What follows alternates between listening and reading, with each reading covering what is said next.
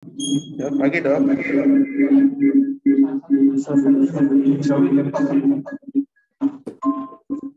Itu mic-nya yang hidup satu aja ya, supaya tidak storing. Ya, siap dok.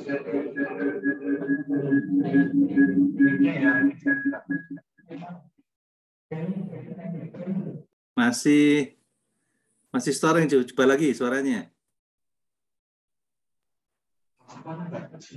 Ya, pagi dok. Nah, pagi ya, sudah lebih jelas. Ya, pagi dok. Oke. Jelas dok. Hari lagi itu storing.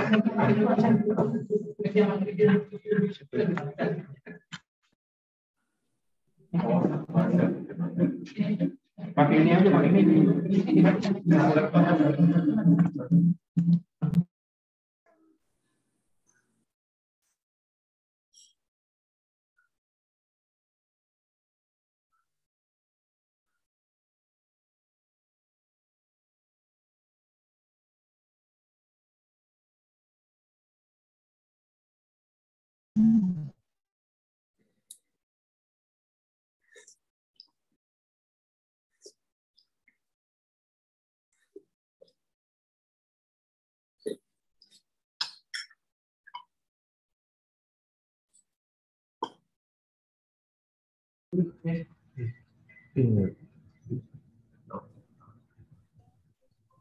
Ya, pagi dok. Pakai yang ini obatnya. Ini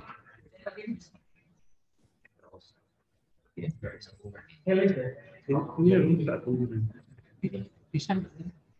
Kalau yang Udah baik. Masih. tes mic satu. Kedengaran dok? Ya, sudah. Dengaran, coba bicara agak panjang coba. Selamat pagi dokter, rekan-rekan trainer dan residen, kita semua. Ya, sudah lebih bagus. Jadi satu mic aja yang hidup ya. Jangan pakai soundnya sini.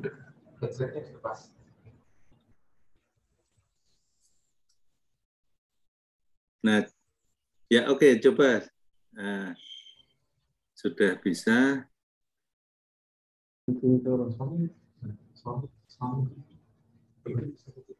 Oh ya.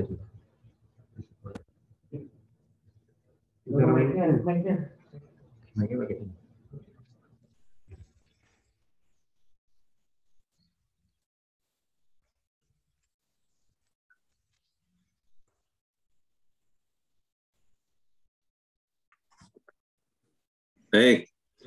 Ya. Ini kasih hidup ini. Ya.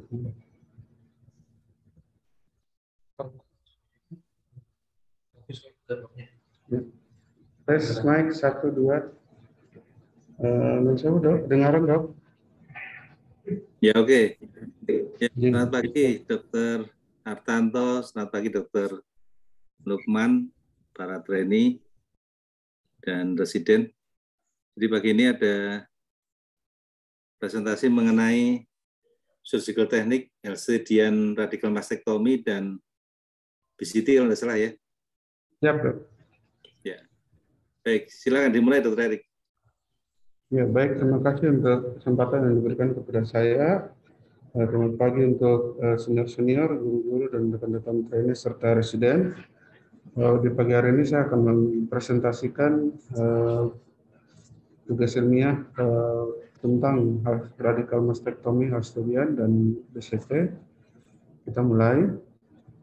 Yang pertama, mastectomy Hastodian ini atau mastectomy klasik ini adalah tindakan pengangkatan payudara beserta tumor, kompleks puting areola, otot pectoralis mayor dan minor, serta kelenjar getah bening aksilaris level 1, 2, dan 3 secara satu kesatuan atau en blok. Pertama kali diperkenalkan oleh Halsted untuk operasi kanker payudara, namun semakin meningkatnya pengetahuan biologis dan semakin kecil tumor yang ditemukan, maka makin berkembang operasi-operasi yang lebih minimal.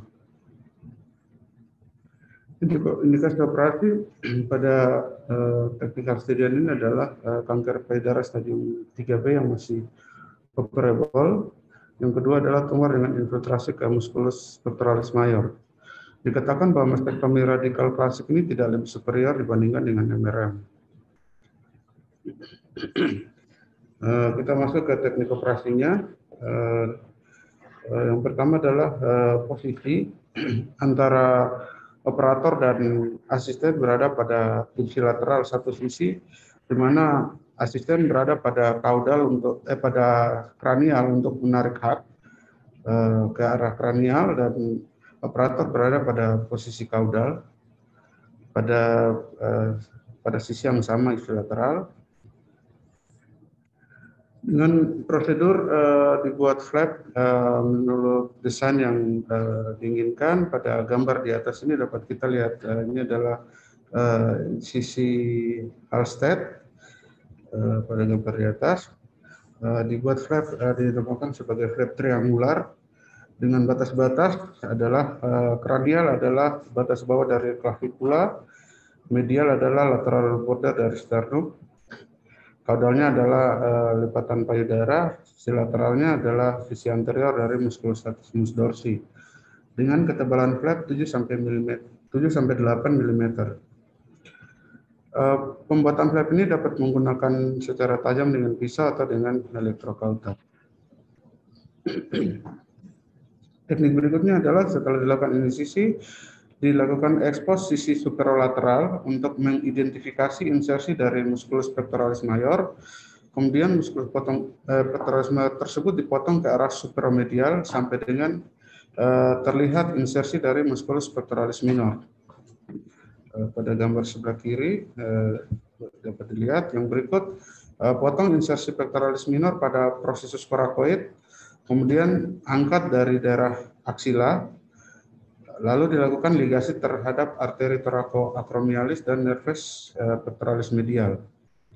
Reseksi dilanjutkan ke arah superomedial, bebaskan musculus pectoralis major dari costa 2, 3, 4, 5, dan 6. Musculus pectoralis major ditarik ke arah inferolateral sampai origo dari musculus pectoralis minor, yaitu sekitar costa 3, 4, dan 5.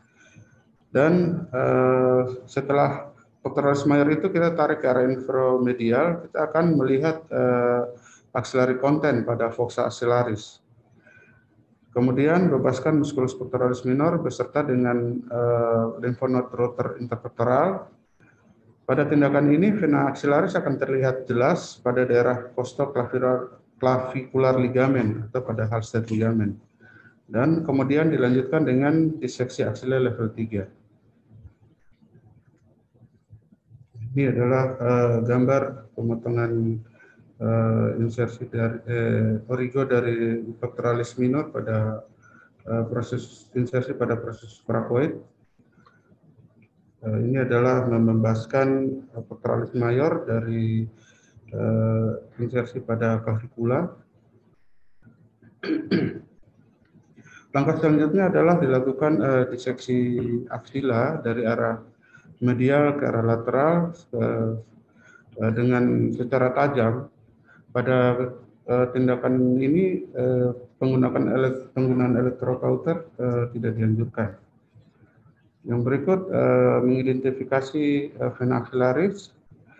Yang berikut jaringan ikat longgar antara latissimus dorsi dan musculus latissimus dorsi dan vena axillaris dideteksi ke arah inferomedial, dan kita untuk mempreservasi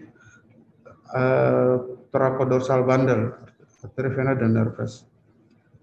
Yang berikut yang perlu dipreservasi adalah ICBN, intercostobrachial nerves, dan nerves lateral cutaneus. Kelompok KGB aksila dipisahkan ke arah anterior atau posterior dari thoracodorsales nervascular bundle atau thoracodorsal bundle tadi, TDNB ini, dilanjutkan dengan diseksi subscapular grup KGB level 1 yang terletak antara thoracodorsal bundle tadi dan dinding lateral dari thorax. Diseksi sejajar dengan thoracodorsal neurovaskular bundle ini. Kemudian dilanjutkan diseksi pada level 2 dan 3. Dan jangan lupa untuk berikan penanda pada kelenjar getah bening yang sudah diambil. Pengangkatan jaringan payudara dimulai dari arah kranial ke kauda.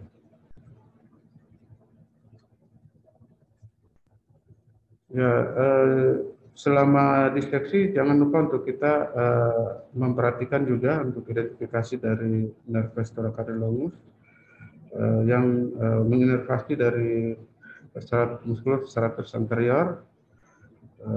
Setelah itu jaringan payudara secara utuh bisa diangkat.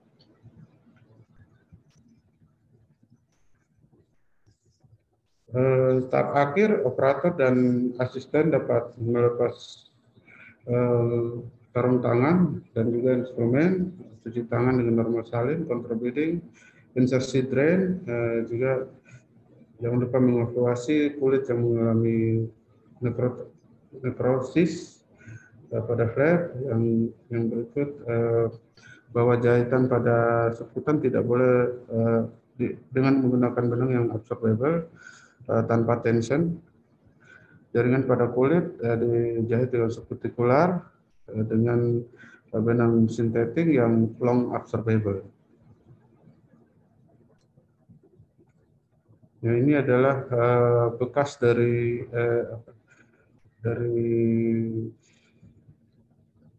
lokasi mastektomi yang diambil.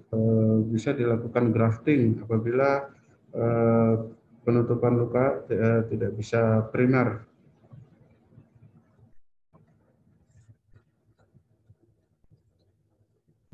Setelah menutup luka, kita melakukan draping dengan elastic bandage. Jangan terlalu kencang. Yang berikut, prosedurnya selesai.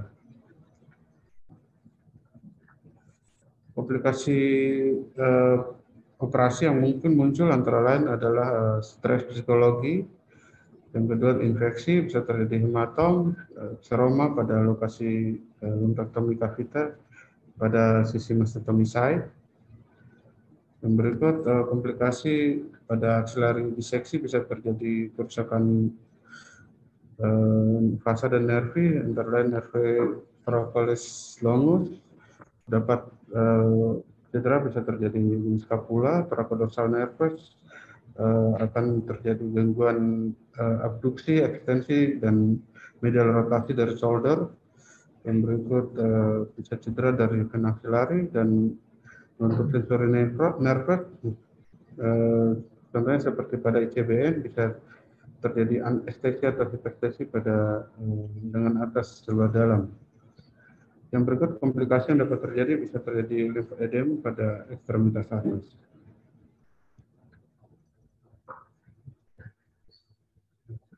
Baik, terima kasih. Itu teknik operasi untuk Hallstedian radical mastectomy. Izin dok, saya lanjutkan ke BCT dok, atau diskusi dulu dok, izin.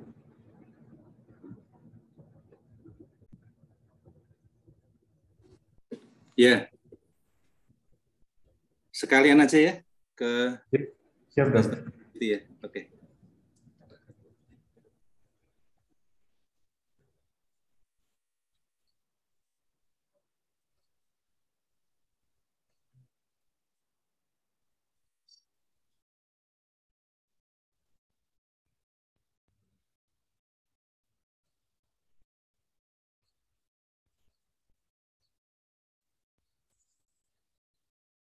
Siap, saya melanjutkan pada materi breast conservation therapy ini.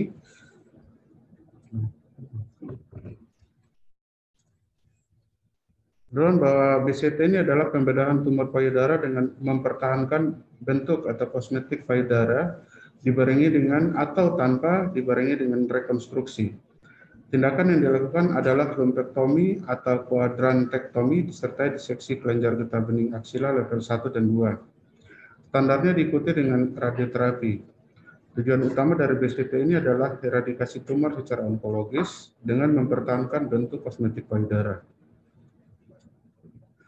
Untuk sejarah BCT ini untuk karsinoma dideskripsikan pertama kali oleh Sir Geoffrey Keynes dari Rumah Sakit St. Bartholomew's Hospital di London tahun 1990 oleh National Institute of Health Conscious Development Conference merekomendasikan BCT sebagai metode terapi primer untuk mayoritas pasien dengan kanker payudara stadium 1 dan 2. Prosedur ini direkomendasikan karena tingkat kelangsungan hidupnya setara dengan mastektomi total dan diseksi aksila, namun dengan mempertahankan payudara.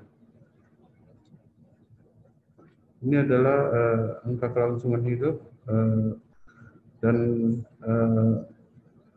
local recurrence dapat kita lihat pada tabel di bawah ini bahwa kelangsungan hidup ini tujuannya pertama dan utama dari BCT ini adalah untuk mencapai kelangsungan hidup yang setara dengan mastektomi.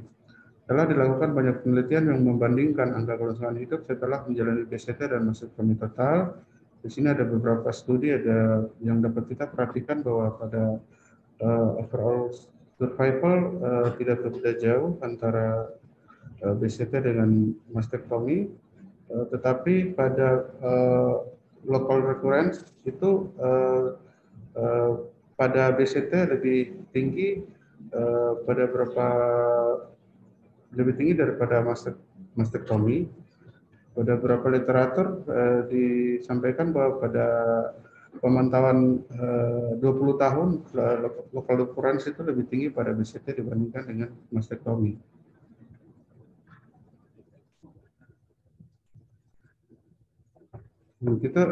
Tujuan kedua dari BCT adalah mempertahankan kontrol luka lokal dengan tingkat rekurensi lokal yang dapat diterima. Sebagian besar dokter setuju bahwa tingkat rekurensi lokal yang dapat diterima adalah sebesar 5-10% dalam 10 tahun. Rekurensi tumor adalah tumor rekuren pada atau dekat lokasi primer kuadran indeks terapi. Faktor risiko rekurensi lokal antara lain usia muda dan ekstensif intradukal komponen atau EIC. Pengurangan risiko rekurensi lokal yang paling penting pada pasien yang menjalani BCT adalah pembedahan yang adekuat dan melakukan radioterapi. Untuk menurunkan insidensi rekurensi lokal bisa menambahkan kemoterapi adjuvan dan terapi hormon.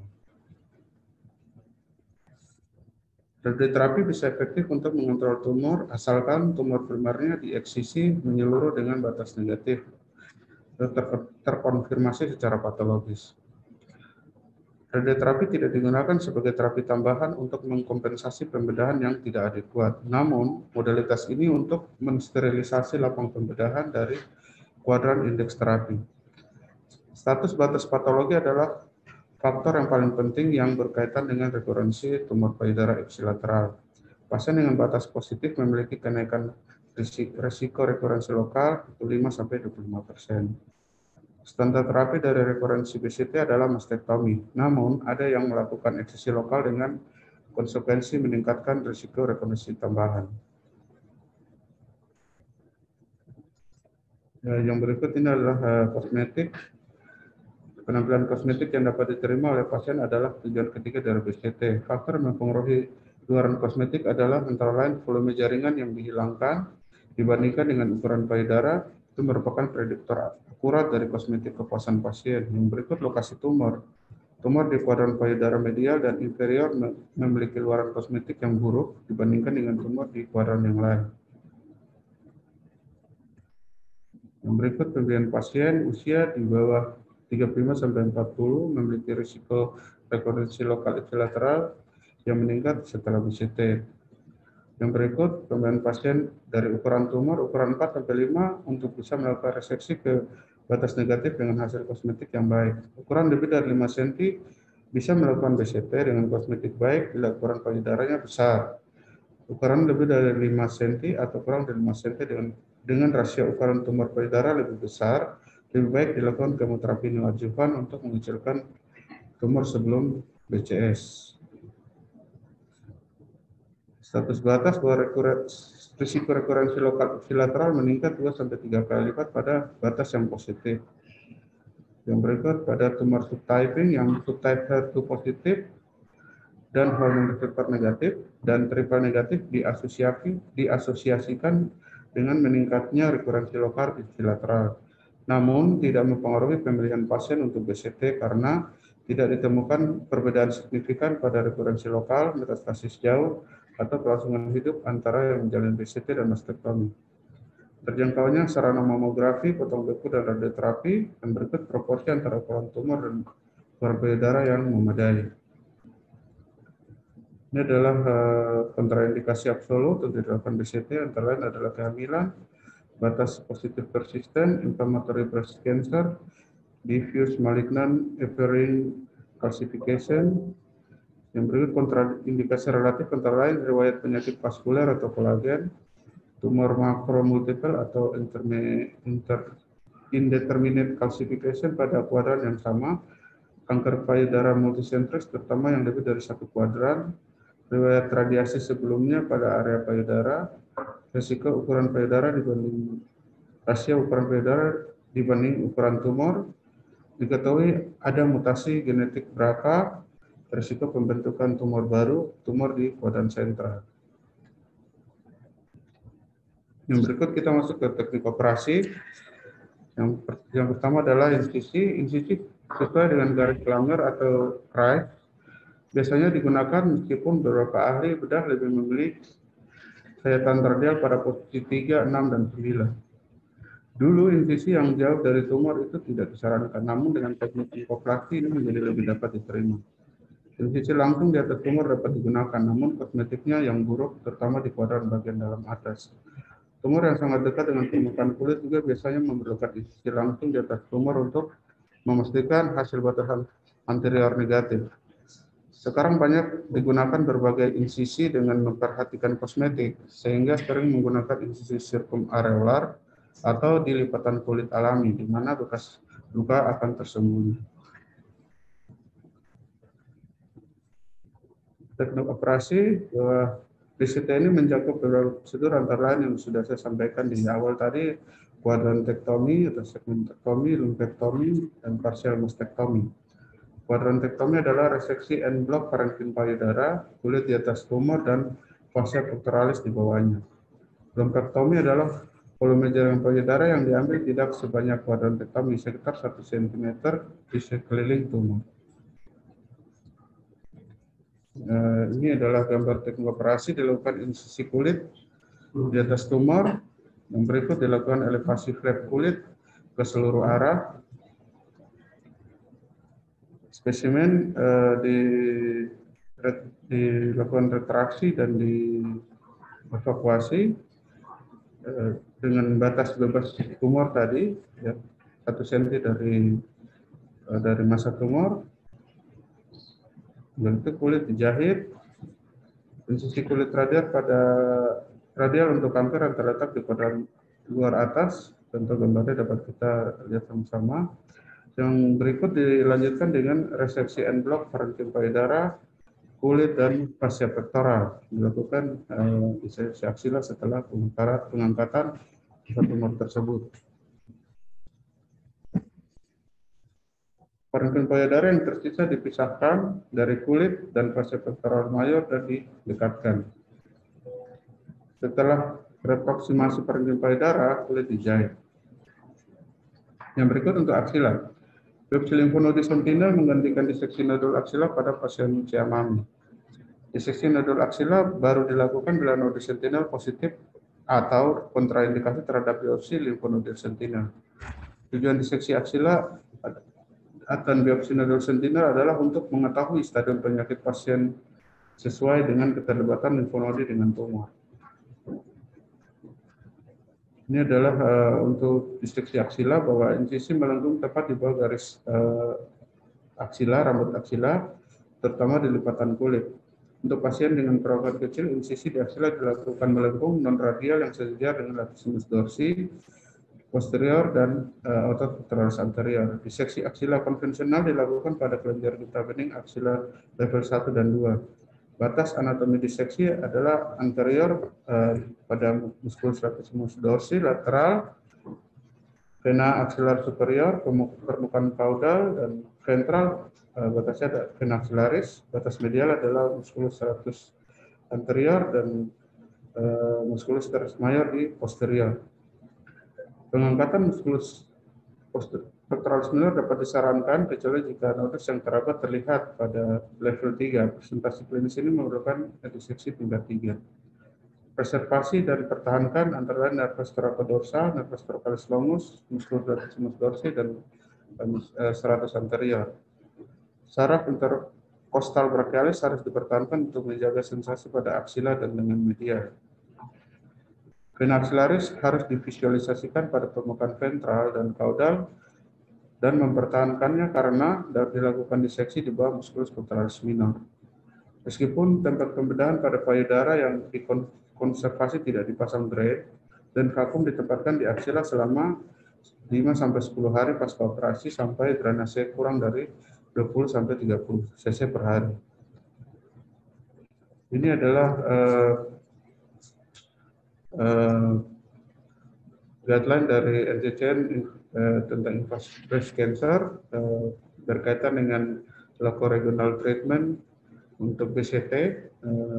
Kita perhatikan bahwa setelah dilakukan lumpectomy yang dilanjutkan dengan axillary staging, bahwa untuk status nodus limfonodi yang ada apakah negatif, yang kedua 1 sampai 3, yang berikut lebih dari sama dengan 4. Untuk yang limfonodinya negatif itu dilakukan WBRT, ini whole breast radiotherapy, dengan bus penambahannya pada tumor bed itu juga dapat dilakukan RNI atau regional nodal therapy ini.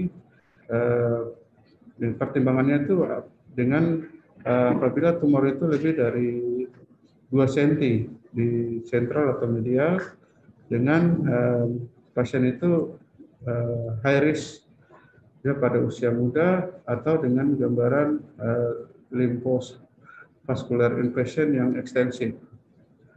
Yang pertimbangan berikut adalah pada untuk yang parsial radioterapi itu dilakukan pada yang selektif low risk pasien. Yang berikut untuk pertimbangan untuk pasien yang lebih dari 70 tahun itu tidak dilakukan radiasi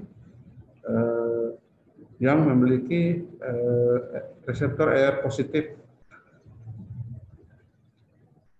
dengan clinically nodul negatif 0 dengan T1 yang menerima adjuvan endocrine therapy, itu tidak dilakukan radiasi. Yang berikut untuk yang axillary node-nya 1 sampai 3 itu jika positif itu dimasukkan ke dalam, dinilai dalam kategori all ECOSOC set 0011 ini. Kriterianya antara lain T1 sampai T2, yang kedua kurang dari 2 positif nodes, yang berikut sudah menjalani BCS, terus dilakukan plan untuk whole breast radiotherapy, yang berikut belum menjalankan kemoterapi preoperatif. Jika kriteria dari all ECOSOC set 011 ini semuanya ada, bahwa pasien itu dapat dilakukan WBRT atau whole blood radiotherapy ini dengan boosternya, dengan atau tanpa RNI, regional nodal radiasi regional, dan di RNI ini pada aksila ini juga tergantung penilaian dari onkoradiologisnya. Yang berikut apabila dari kriteria all ECOSOC set 0011 ini tidak memenuhi, bahwa pasien itu bisa langsung bisa dilakukan penyinaran dengan dipertimbangkan untuk dilakukan radioterapi yang alasan yang cukup kuat untuk dilakukan radioterapi, yaitu pada supraclavikular, infraclavikular, internal mama, intramammary nodes dan bagian lainnya pada axilla. Yang berikut, apabila status lymph node-nya itu lebih dari 4 positif, itu sudah harus langsung direkomendasikan untuk dilakukan WBRT ini, yaitu pada tumor bed, pada supra dan infraclavicula, internal mammary dan bagian lain di axilla.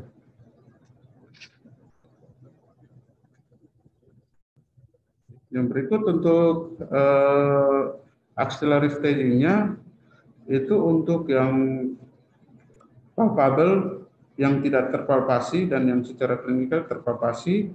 Yang tidak terpalpasi tetapi terdiagnosis dengan imaging itu kurang sama dengan 2 atau terkonfirmasi dengan biopsi kurang dari 2 dengan penempatan klip itu dilakukan sentinel node mapping dan XCC.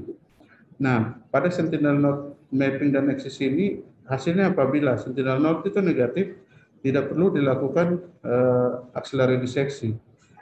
Apabila sentinel node-nya positif, dilakukan penilaian apakah ada mikrometastasis akibat post metastasis pada sentinel lymph node-nya. Jadi kalau yang positif itu adalah mikrometastasis dari sentinel lymph node-nya, itu tidak perlu dilakukan axillary disseksi. Tapi kalau tidak, kita masukkan dia ke dalam kriteria ECOSOC Z001 tadi.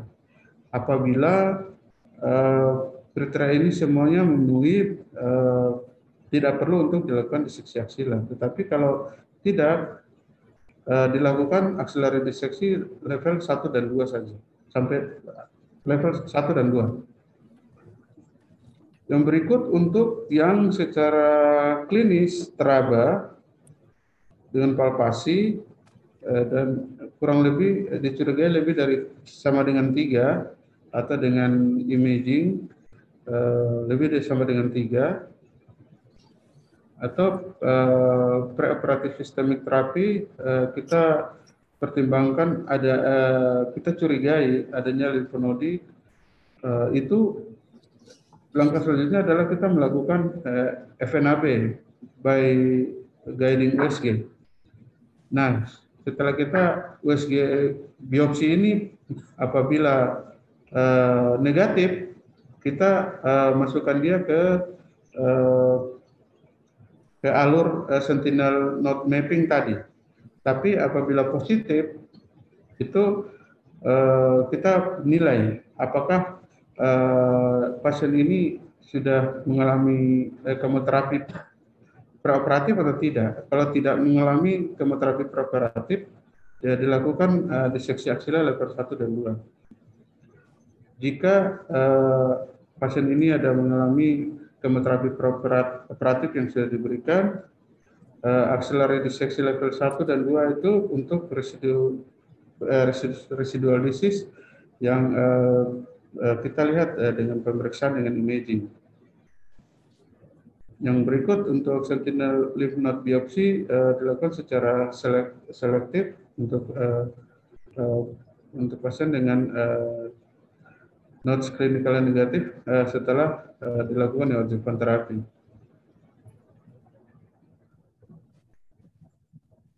Yang berikut terapi radiasi. Terapi radiasi adalah komponen penting pada BCT karena digunakan untuk mengeliminasi residu penyakit yang tersembunyi pada payudara setelah lumpektomi. Pada pasien yang memiliki risiko rekurensi rendah dan tidak bermanfaat, bila dilakukan radioterapi maka bisa dilakukan ablasi radiofrekuensi intraoperatif setelah lumpektomi.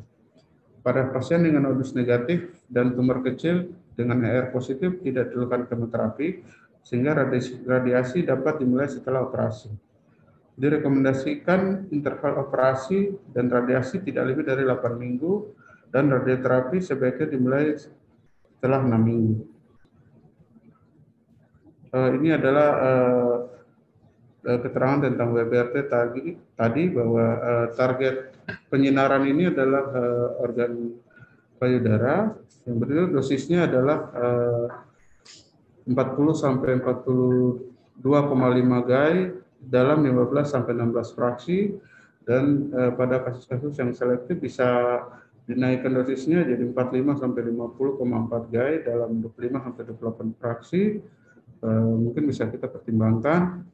Yang berikut untuk boosternya, untuk tumor yang untuk tumor bed itu direkomendasikan untuk pasien dengan high risk yang recurrence, itu untuk boosternya itu 10 sampai 16 gai dalam 4 sampai 8 fraksi. Untuk kavitas lumpektomi, boosternya dapat menggunakan advance elektron, foton, dan brachytherapy. Untuk pasien yang memerlukan lebih treatment pada WBRT ini dapat dilakukan tindakan WBRT ini dengan dosis 28,5 gai sampai dengan 5 kali dalam seminggu. Oke, next. Untuk rekomendasi follow up dari BCT ini, bahwa surveillance pada BCT, pemeriksaan sadari per bulan, pemeriksaan oleh dokter tiap 4 sampai 6 bulan selama 5 tahun, lalu setelah itu tiap tahun, mamografi 6 bulan setelah radiasi, lalu tiap tahun. Baik, terima kasih. Demikian penyampaian dari saya. Terima kasih untuk perhatiannya dan mohon asupan dari senior-senior sekalian. Ya, terima kasih Dr. Arfan. Kita buka diskusi ya. Silakan dari teman-temannya Dr. Arfan nih, dari trainee. Bisa bentuknya diskusi, bisa menanyakan, silakan. Terima kasih, Dokter. Izin bertanya, Dokter. Untuk pasien yang dilakukan di BCS ini, kan kita perlu lakukan axial mapping yang mana merupakan keharusan.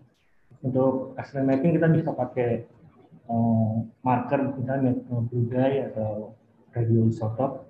Dan yang saya pernah juga dengar itu, saya baca juga ada evaluasi dengan anatomical dari sentinel node, yaitu pada rotor node atau pada NP node atau pada di superior atau inferior dari ICBN yang level binary. Apakah yang biasa dilakukan itu kalau di jurnal kan selalu bilangnya selalu dengan marker gitu. Apakah dengan anatomical landmark itu bisa mewakili sebagai axial mapping kalau kita nggak punya blue dye misalnya? Terima kasih, Dokter. Baik, terima kasih. Ini Dokter Tari ya? Jadi, Dokter Tari. Ya. Ini pertanyaan tentang SLNB ya, sentinel lymph node biopsi ya. Jadi, Dokter. Ya. Dr. Arfan bisa menangkap pertanyaannya? Silakan, Ya, Dr. Arfan. Ya. Ya, saya belum membaca tentang guide untuk mapping dari sentinel node ini, tetapi yang saya sampaikan tadi dari guiding NCCN itu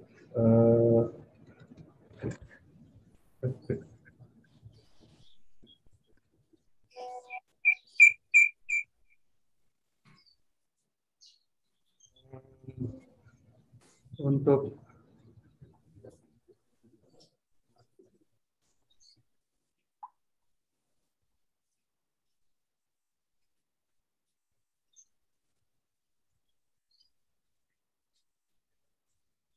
ya, mungkin gambaran saya untuk mappingnya bisa hanya menggunakan SD guiding biopsi aja, kan?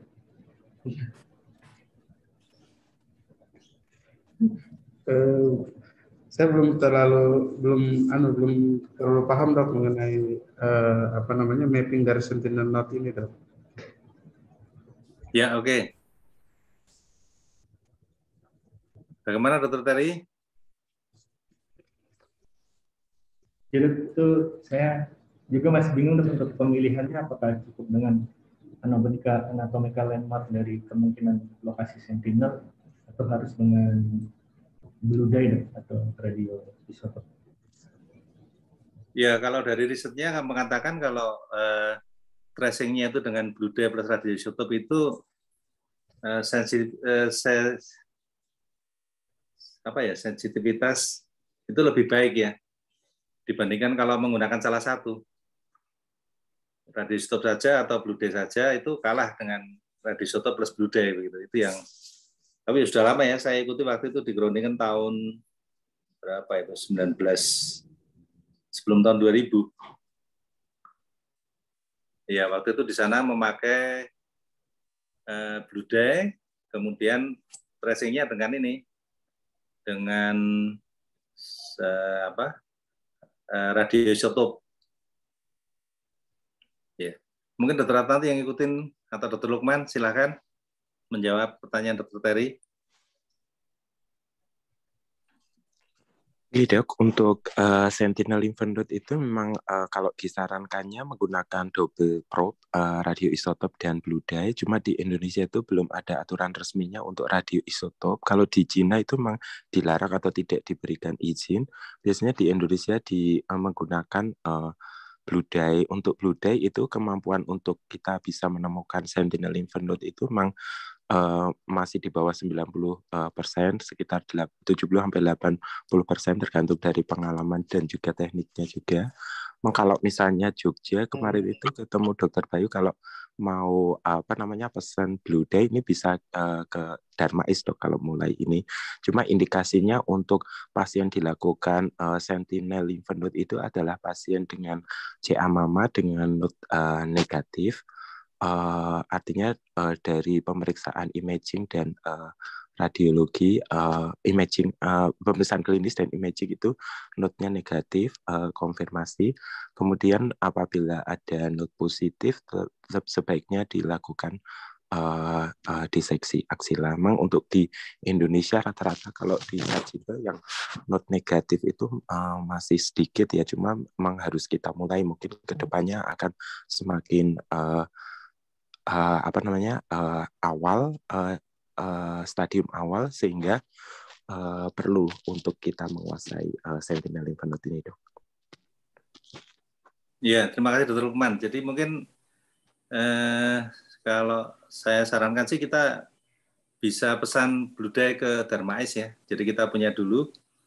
Nanti kalau kita sudah mampu melakukan itu, otomatis pasiennya akan datang kok. Yang dari di luar Sarjito kan saya banyak juga pasien-pasien yang early breast cancer ya, datang dengan benjolan 1 cm, kemudian lymph node-nya negatif, itu ada walaupun tidak banyak ya. Iya Dok. Ya.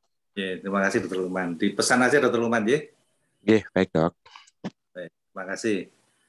Baik, ada pertanyaan berikut ke Dr. Ahwan. Izin Dok, dengan Tommy Dok. Ya, silakan.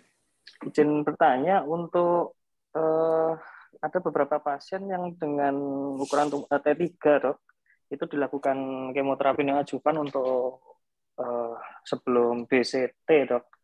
Itu setelah kemoterapi apakah perlu dilakukan evaluasi lagi seperti USG dan mamografi? Dan misal yang kedua, misalnya tumornya itu benar-benar hilang, sementara kita kan belum melakukan clipping ya Dok untuk marker posisi tumornya. Jika hilang itu bagaimana untuk mencari tahunya Dok? Mungkin itu, terima kasih Dok. Ya, makasih. Dr. Ahwan, silakan Dr. Ahwan. Ya Dok, terima kasih Dok. Untuk di penelitian yang sempat saya baca di Cina itu untuk neoadjuvan sebelum tindakan BCT itu memiliki local recurrence dan overall survival yang baik. Yang berikut untuk rekurensi yang terjadi dilakukan kontrol follow-up surveillance BCT-nya ini bisa dilakukan sehari per bulan. Yang berikut dilakukan mamografi per 6 bulan setelah radiasi, lalu setiap tahun.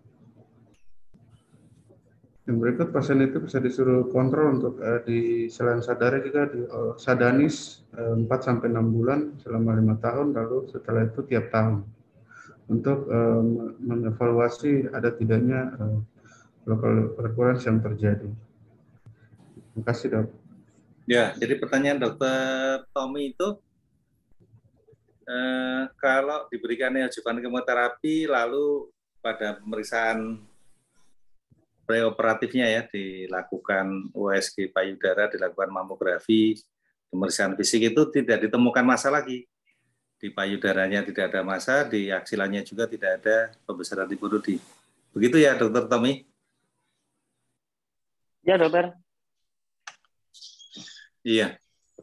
Jadi yang perlu diingat untuk mengatakan terjadi complete response itu bukan dari pemeriksaan radiologi ya.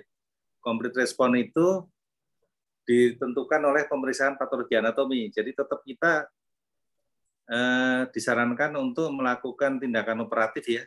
BCT di kaidah-kaidahnya ya. Walaupun itu tumornya sudah ada di tempat yang dulu ada. Kemudian untuk aksilannya itu kalau kita tidak bisa melakukan sentinel lymph node ya kita melakukan sampling. Barangkali Dr. Ratanto yang banyak ngikutin sama Dr. Lukman yang terbaru bagaimana? Silakan.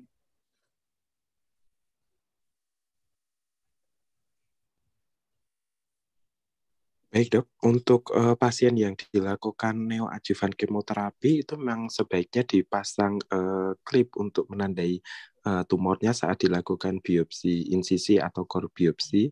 Ada beberapa fasilitas core biopsi itu yang bisa memasang klip sehingga nanti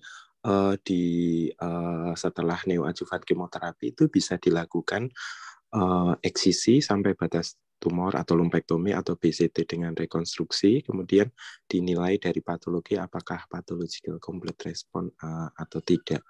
Nah, kelemahannya memang di sini belum belum banyak digunakan untuk klipnya ini dok. Ada beberapa klip yang ditawarkan oleh perusahaan itu, ada yang permanen, ada yang biologi sehingga bisa bisa dipakai nanti dok. Kemungkinannya kalau kita sudah banyak melakukan neoadjuvan kemoterapi pada pasien yang early breast cancer, misalnya pasien HER2 positif atau triple negatif yang ukurannya lebih dari 2 cm atau node positif, sehingga kita bisa mendeteksi letak tumornya dan kita tidak kesulitan saat melakukan operasi setelah neoadjuvan kemoterapi dok. Iya, kita punya klipnya ada Dr. Lukman? Klipnya itu tersedia dari vendor dok. Kalau kita belum beli dok. Belum beli ya. Harganya ya, bagaimana untuk klip? Klipnya itu waktu itu berapa ya dok ya? Saya konfirmasi lagi ya. Sekitar kalau core biopsinya itu ada yang 750.000, ada yang 1 juta, ada kalau klipnya sekitar 500-an mungkin ya dok ya. Saya konfirmasi lagi dok. Ya mungkin nanti kita punya beberapa dulu ya. Nanti bisa pakai bagian supaya kalau ada pasiennya kita bisa mulai melakukannya ya. Iya dok. Ya nanti saya dukung untuk dananya. Baik dok. Iya dok. Terima kasih teman. Oke, ada lagi? Oke, kalau tidak ada kita cukupkan sekian ya. Ini waktunya sudah jam 8.20. Ini kita sekarang harus tetap waktu karena rumah sakit baru meningkatkan pelayanan ini. Baik, terima kasih Dr. Akwan atas presentasinya. Terima kasih. Untuk Rabu depan, mengenai apa presentasinya? Teman saya, Dr. Terry mungkin untuk tiroid dok. TO. Teknik operasi untuk tiroid. Untuk tiroid ya, ke depannya. Itu seberitanya sudah dimunculkan Dr. Tanto. Baik, Dr. Tanto, ini kita tutup. Tapi jangan lift dulu ya. Saya masih ada satu, ini ada RTD dari Tapros ya.